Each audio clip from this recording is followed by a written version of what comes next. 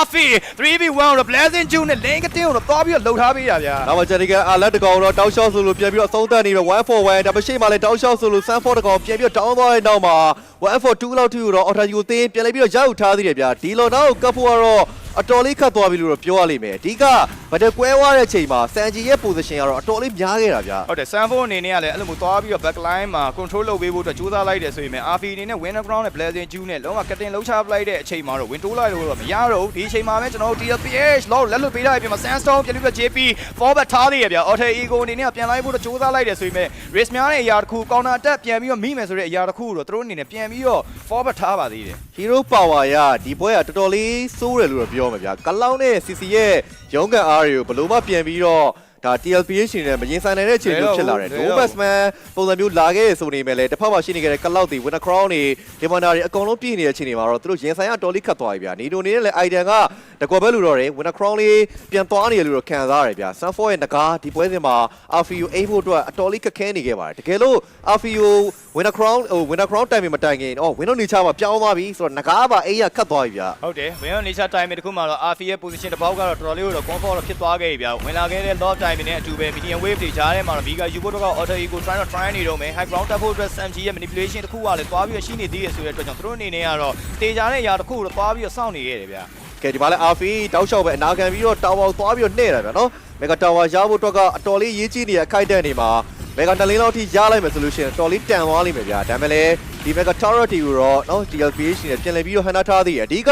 ကလောက်ပါနေရဆိုတဲ့အချိန်မှာသူတို့ကမက်ဂါ Tower တွေပေးလို့မရအောင်ပေးလိုက်ရလို့ရှိရင်သူတို့တော့ကတရားပေါက် lane control နဲ့နောက်ပိုင်း low dance ဒီမှာပြဿနာတက်နိုင်တယ်ဗျာ ဒီလိုမျိုးပုံစံမျိုးတွေမှာတချို့ပြန်ပြီးတော့ bounce back လောက်လာခဲ့တဲ့ TLPH ရဲ့ပုံစံတွေတော့ကျွန်တော်တို့အနေနဲ့မြင်တွေ့ခဲ့ရတဲ့ပွဲစဉ်တွေကတော့ရှိတယ်ဒါပေမဲ့ဒီအချိန်မှာတော့ကျွန်တော်တို့ RF ကိုတိတ်တောင်းလုပ်ဖို့အတွက်ကလည်းခက်ခဲနေတဲ့ movement တွေဆိုတာတော့ဝန်ခံမှတော့ရမယ်ဗျာ OHAP အနေနဲ့ကတော့သူ brute force တွေပါတွေကတော့ပြီးလာခဲ့ပြီနောက်ပိုင်းကျွန်တော်တို့ Star Salmon Star for 1-2 dancing တွေကြားထဲမှာတော့သူ့အနေနဲ့ mobility ပိုင်းဆိုင်ရာအရာတော့သွားပြီးတော့အားကောင်းလိမ့်မယ် SMG မှာလည်း Holy Crystal တွေပါလာခဲ့ပြီဆိုတော့နောက်ပိုင်းကျွန်တော် Alter Ego အနေနဲ့ high ground တက်ရမယ်အပိုင်းခြားတွေမှာတော့ view တော့ site မှာတော့ရမယ်ဗျာ အဓိက Sanford ပဲ Sanford ကသူ့ငကားနဲ့သူပြန်ပြီးတော့တိုင်ပတ်နေရဲ့နော်အဲ့လိုနေထားမျိုးတွေ့ရဗျာကလောက်ပေးလိုက်တဲ့အချိန်မှာနော်ကျွန်တော်ငကားတွေ if တွေပြန်ပြီးတော့ထွက်လာခဲ့တယ်ဆိုနေမယ်လေဒီຢာက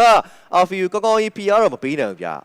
RFU ကတောက်လျှောက်ဆိုသလိုပဲဒါပြန်ပြီးတော့ Winner Crown တွေ importer တွေပြန်ပြီးတော့ switch နေတဲ့အနေထားမျိုးလေးတွေ့ရတယ်။စကြင်ဘက်လိမ့်မှာလည်း Mega Tower တစ်လုံးပေးရတဲ့အခိုက်အတန့်မှာဒီ lane phase ကိုပြန်ရှင်းရဖို့ကလည်းသွားပြီးတော့ရှိတယ်ဗျာ။ယာဇူကီရဲ့ရွေးနဲ့ပစ်ကအလုပ်ဖြစ်တယ်လို့ပဲပြောမှာပဲ ဟုတ်တယ် early game မှာတော့အမှန်တမ်းပြောရရင်အားလိုက်နဲ့ယာဇူကီကတစ်ဖက်ကနေပြီးတော့ post fight ဖြစ်နေရဆိုတဲ့ Leo Mod တွေရဲ့ဂျားထဲမှာသူတို့နေရုံးကန်ကတော်တော်လေးကိုခက်ခဲနေအဲ့ဒီအချိန်မှာသူတို့စောင့်နေရ RP ပဲဗျအဲ့တော့ကျွန်တော်တို့ဒီအချိန်မှာ TLPH အနေနဲ့သူတို့လုံးစရာရှိတဲ့ mission တစ်ခု RP ကိုတော့တိတ်တောင်း early တွေကိုသွားပြီးတော့မလုံးနိုင်ခဲ့ဘူးအဲ့ဒီရဲ့ impact ကိုအဲ့ဒီရဲ့ဒါအသီးပွင့်နေပြီးတော့သူတို့ဒီအချိန်မှာတော့ပြန်လည်ပြီးတော့စားသုံးနေရပြီဗျာ Hijumi အနေနဲ့ Sky Meteor ဆိုတာ stack 30ပါပါတယ်သူရဲ့ land flare နော်ဒီ knock up တွေရဲ့ဂျားထဲမှာတော့ပြန်ပြီးတော့ရမယ်ဆိုတဲ့ damage တွေနဲ့အတူပဲတစ်ဖက်ကနေပြီး TLPH ရဲ့ mini ၄កောင်ဒီခံနိုင်မှုရှိပါမလားဆိုတဲ့မေးခွန်းတွေကလည်းသွားပြီးတော့ရှိနေရဗျာလော်နာကိုကတ်ဖို့အတွက်ဆိုရင်တော့သူတို့အနေနဲ့ lane cleansing ပိုင်းတွေကလည်းသွားပြီးတော့ရှိအောင်မယ် RP ကိုသွားပြီးတော့တွေ့နေပြီတစ်ဖက်ကနေ defender ချက်တွေခေါ်ထားနေတာတခုမှ RP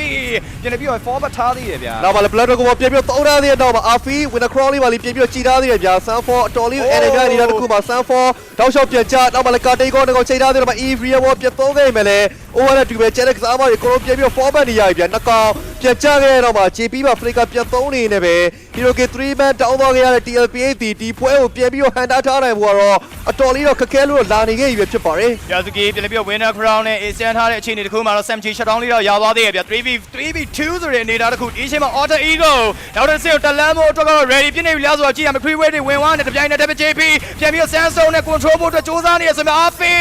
ဒီဘက်မှာတော့ SMG ကိုတိတ်တောင်းလုံးလိုက်နေပဲ white pin out ဆိုတဲ့အနေအထားတစ်ခုမှာတော့ the rookie Starboy Alter Ego take the game number 5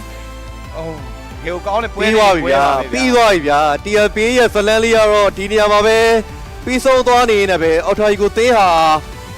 Lower Bracket ရဲ့ final အဆင့်ကိုတော့တွားရောက်ပြီးတော့ SRG နဲ့ရှင်ပြိုင်ရတော့မှာဖြစ်ပါတယ် ဟုတ်ပါတယ်ဒီအချိန်မှာတော့ Alter Ego အနေနဲ့စိတ်ကိုလွတ်ချလိုက်လို့တော့မရသေးဘူးဗျ